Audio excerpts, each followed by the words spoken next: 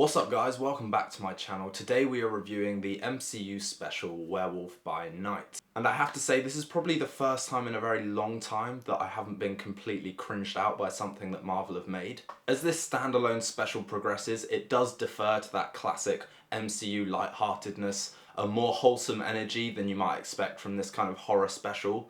But for the most part it commits to this very refreshing stylistic and tonal take on the horror side of the Marvel Universe. And the things that I loved about Werewolf by Night mainly came from a more practical side of things. All the technical departments in this episode were on fire. I loved the lighting, the cinematography, the costumes, and the very retro style. They all just kind of contributed to this very atmospheric piece of television. One of the big standouts of this for me as well was the stunts. I really wasn't expecting there to be as much action as there was in this.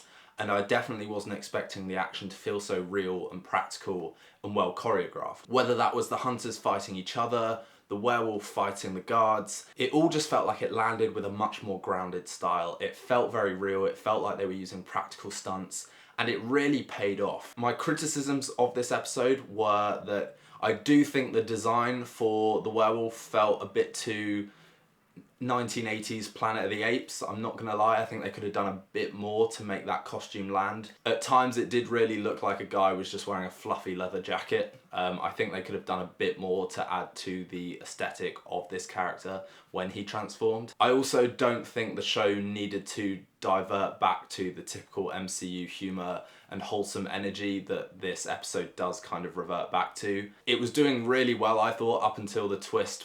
And also kind of the build-up of the horror and those stylistic conventions being used to recreate this kind of ambience and setting of past horror eras, I did feel was undermined by that slight tonal switch as the episode went along. But for the most part, I did enjoy it. Marvel Phase 4 seems to be trying a lot of different things. Very few of them are working, it has to be said. But Werewolf by Night was probably the first radically different stylistic change to the MCU that I can say I did enjoy more than I didn't. And you know, credit where credit's due, I did enjoy it, and I'm looking forward to seeing how this character and this kind of side of the world reintegrates with the broader universe, and whether it can do it without losing that kind of horror essence.